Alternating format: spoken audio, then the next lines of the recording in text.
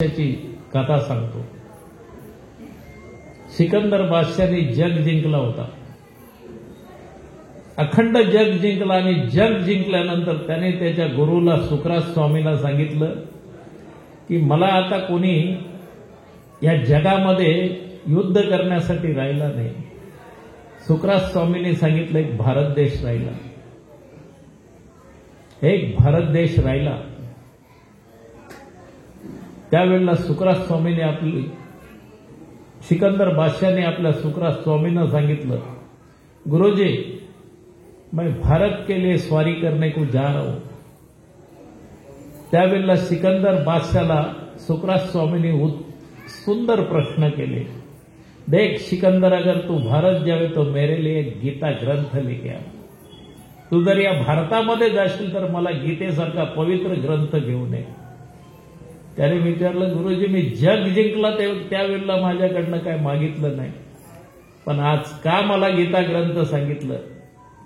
त्याने उत्तर दिलं सुकरात स्वामींनी की जगामध्ये पुस्तक आहेत पण फक्त ग्रंथ गीता असेल तो फक्त भारत देशात आहे। त्याने अजून गुरुजींना विचारलं, गुरुजी अजून काय पाहिजे तुम्हाला? देख सिकंदर, अगर तू भारत जावे तो मेरे लिए एक बजने वाली बंसी लेके आना।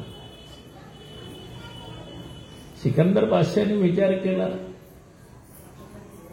की गुरुजी कशासाठी बासरी मागता तुम्ही?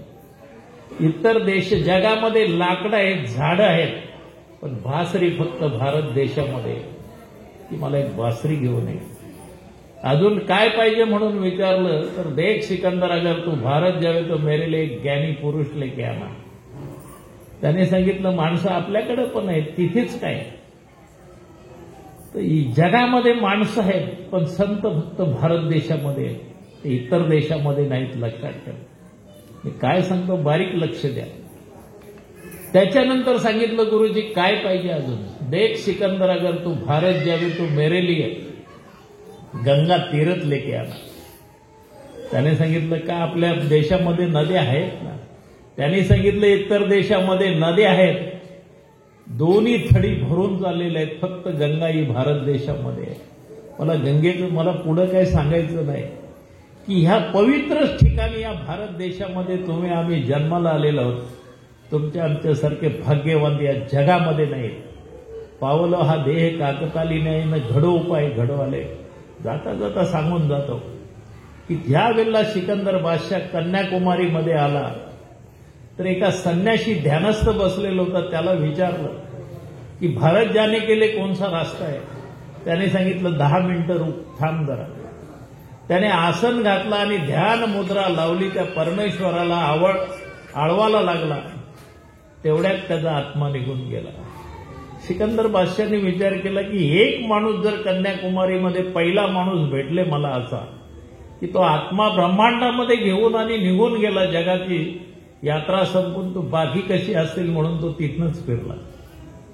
तुम्ही विचार करा, याला म्हटलेलं नाथ महाराज म्हणतात की भरतखंडी नरदेव प्राप्ती हेतो परम भाग्याची संपत्ती, की मागुता हाची दे पावशी हेतो न घडे रे साई अशी। पुन्हा हा मनुष्य जन्म मिळेल आणि परमार्थ करीन, या भरोश्यावर राहू नका तुम्ही, या भरोश्यावर राहू नका।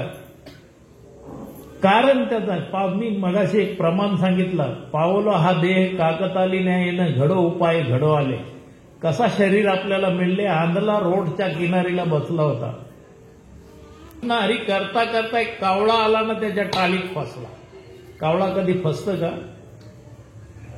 कावळा किती चलाक प्राणी आहे, पण तो कावळा आला ना, आंधल्याच्या टाळीमध्ये फसला। त्याने हात वर करावा ना, तेवढ्यात कावळा त्याच्या टाळीत यावा आणि तो त्याच्या हातात मिळावा। तशा प्रकारे हा शरीर आपल्याला मिळालेलं आहे।